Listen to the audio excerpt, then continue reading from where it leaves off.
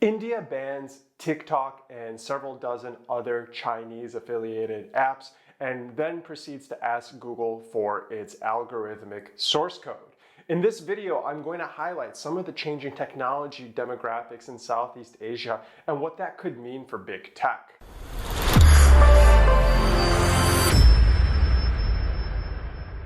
India has a history of drafting legislation in order to bolster its local economy and boost the talent pool. Now, when India required Coca-Cola to reveal its secret recipe, they pulled out and then they came back. IBM was actually required to use local engineers in order to write their code.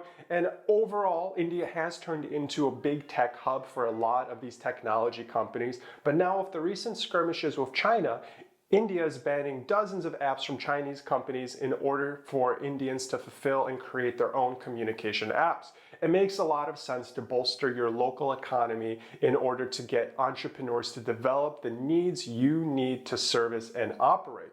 But the move by India to require Google to give away its source code and its algorithm is an interesting question because it's a ploy that goes nowhere. However, it's a good point because in Europe, we have agencies set up that look at antitrust laws and monopoly laws. And every single day of the week, the European agencies are issuing speeding tickets to big tech companies.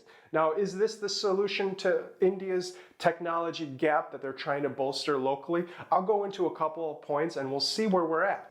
TechCrunch suggests that this ban is actually a good thing for India because it's going to bolster local technology. As we've seen with the Great Firewall of China, it has prevented companies like Skype, Facebook, and Google to really do that penetration because they have to provide a lot of information to the CCP.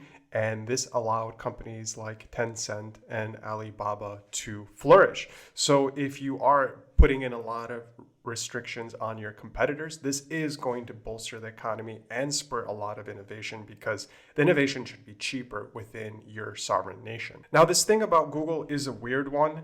Why would you ask for the source code when you can just slap a fine on them and make an alternative to the technology? That's a really popular mechanism by European agencies. It's rather confusing, but it just goes on to show you how India is trying to grasp the situation and take control of its domestic policy and technology policy. Now, we know that these bans don't work. We've seen this with the Telegram ban in Russia. For over 2 years, Russia banned Telegram, and it didn't work because there are workarounds for this technology, and it can help you get around the state blocks. And this is even apparent in China, where they have the Great Firewall. If you know how to get around it, you can get access to that information. So these shields are only going to really alienate the people that need access to these tools, which are the average common people. So these bans are not worth it in the long run. And we're seeing a lot of companies in Hong Kong being banned by the CCP because they have to oblige by new regulations by the government.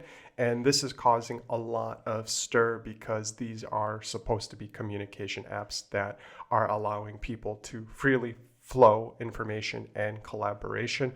Unfortunately, the events there are much more dire, and the banning of technology in the long run doesn't really do anything. It wastes resources, and it's likely going to fail. So it's an interesting change of demographics, and likely it's going to be a good thing for India as they continue to grow and flourish their local economies and tech companies. Thanks for watching. Now, please subscribe to our YouTube channel. Every day I'm publishing videos on growth hacking, digital marketing, how to be a successful entrepreneur. I really want to enable you to become a decision maker in your own business in the future of work. So if you want to come along with me on this journey, hit subscribe, hit notifications, and I'll talk to you real soon.